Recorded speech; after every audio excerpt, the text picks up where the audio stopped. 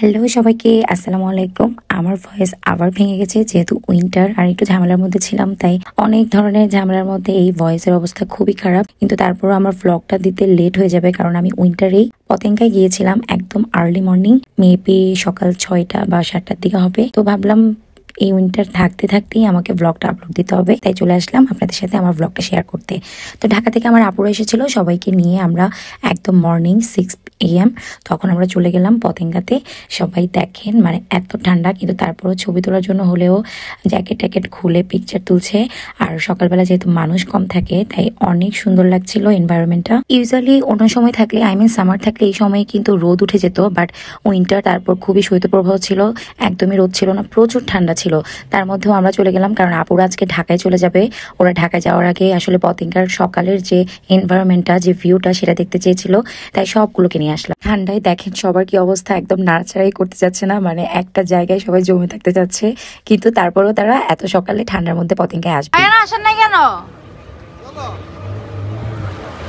যাও যাও, উঠো উঠো উঠো উঠো উঠো উঠো, যাও যাও যাও যাও যাও যাও। এই গুণ সব আছে নাকি? 1 2 3 4 5 6 7 8।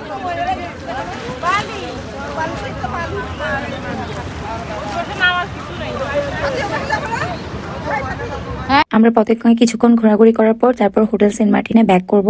আজকে আমি ওদের সাথে ব্রেকফাস্ট করব, আর যেহেতু আমি এখন বাসায় যাব না, ওদেরকে একবারে বিদায় দিয়ে তারপর বাসায় চলে যাব। সো ব্রেকফাস্টটা আমার ওদের সাথে হোটেলেই করতে হবে।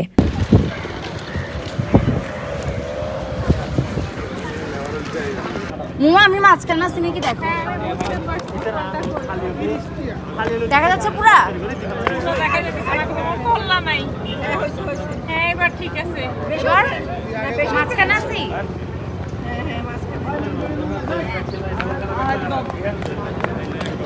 এটা কোনো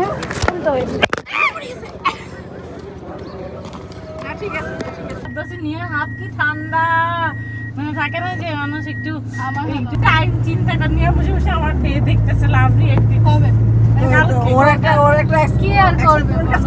অবশ্যই এখনকার জেনারেশনের মেয়েরা একটু অন্যরকম। মিনু ভাবি তো কান্না করতে করতে একদম অবস্থা খারাপ হয়ে গেছিল বিয়ের সময়। হোটেলে যাওয়ার পর যে কাহিনীটা হবে সেটা খুবই মজার, আপনারা একটু পরেই দেখতে পারবেন। আমরা এত দুষ্ট হোটেলে যে জিনিসটা একদমই অ্যালাউ না, সেটাই আমরা করেছি। একটু পরেই দেখতে পারবেন। আমরা পৌঁছে গেলাম সেন্ট মার্টিনে, ওখানে আমি ব্রেকফাস্ট করলাম, নিলাম তো অনেকগুলো, বাট খেতে পারলাম না। বাট আমি কিন্তু নষ্ট করিনি। খাবো আমি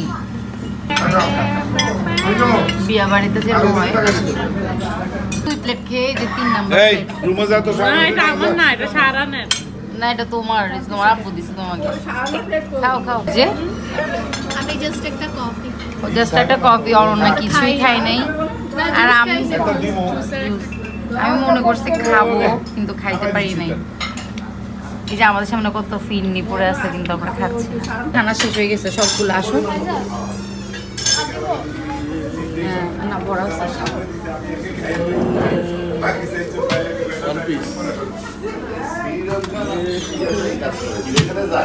এত খারাপ কেন? এটা সেকেন্ড টাইম করাইছে। সবাই এত খারাপ কেন?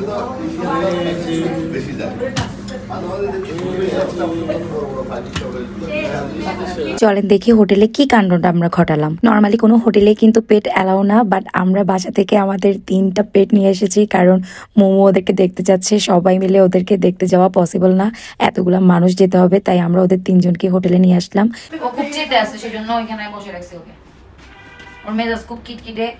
আমি কি আদর করলাম মারবে আমাকে? না, আদর করলে কেন মারবে? আমি আজ ধরতে গেছিলাম, এমন করতে গেছিল যে আগেই মাথায় হাত দিয়ে দিল। দেখি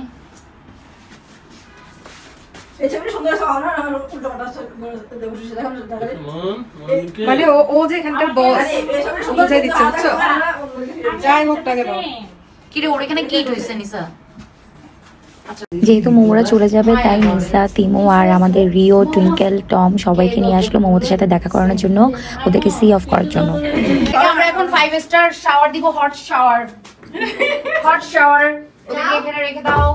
হ্যাঁ যাও না, দিয়ে দাও। টুইঙ্কেল কই? মারবে এসো, মারবে না। আরে সুন্দর লাগতেছে, দাঁড়াতাড়ি টুইঙ্কেলকে নিয়ে আসো। ফ্রিজে ঢুকবে। টুইঙ্কেল আসো আসো।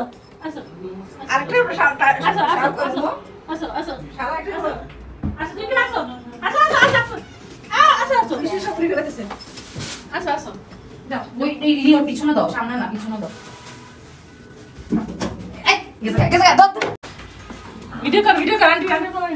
কোন দিকে জায়গা হবে? জায়গা কোন দিকে হবে? দিব নাকি? যাইস না, তুই কই যাস? তোটা কেন লাস্টে দিবি না? না না, দেখো সুন্দর লাগতেছে না, তোকে বাট্টাবে না।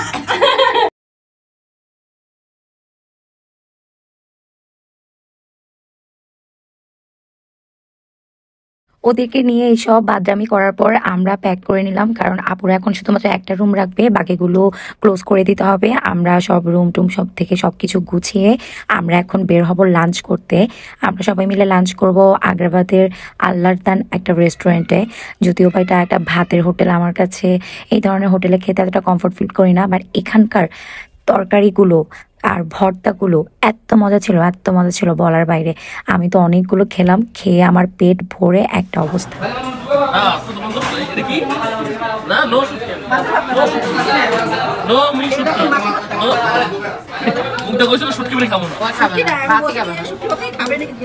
আমার প্লেটারটা আমি খুব সুন্দর করে সাজালাম। আমি আসলে সবকিছু একসাথে নিয়ে নিই, একটু একটু করে নিতে আমার একদমই ভালো লাগে না। যেহেতু অনেক খেয়ে ফেলেছিলাম, আমার খুব ঘুম পাচ্ছিল, টায়ার্ড লাগছিল। আপুর এখন চলে যাবে, আপুদেরকে বিদায় দিয়ে বাসায় গিয়ে একটা ঘুম দিব, কারণ অনেক সকালবেলা উঠেছি ঘুম থেকে। সবাই রেডি হয়ে বের হয়ে গেল, ব্যাগ আর লাগেজগুলো আগেই গাড়িতে তোলা হয়ে গেছে, শুধু মানুষরা যাওয়া বাকি।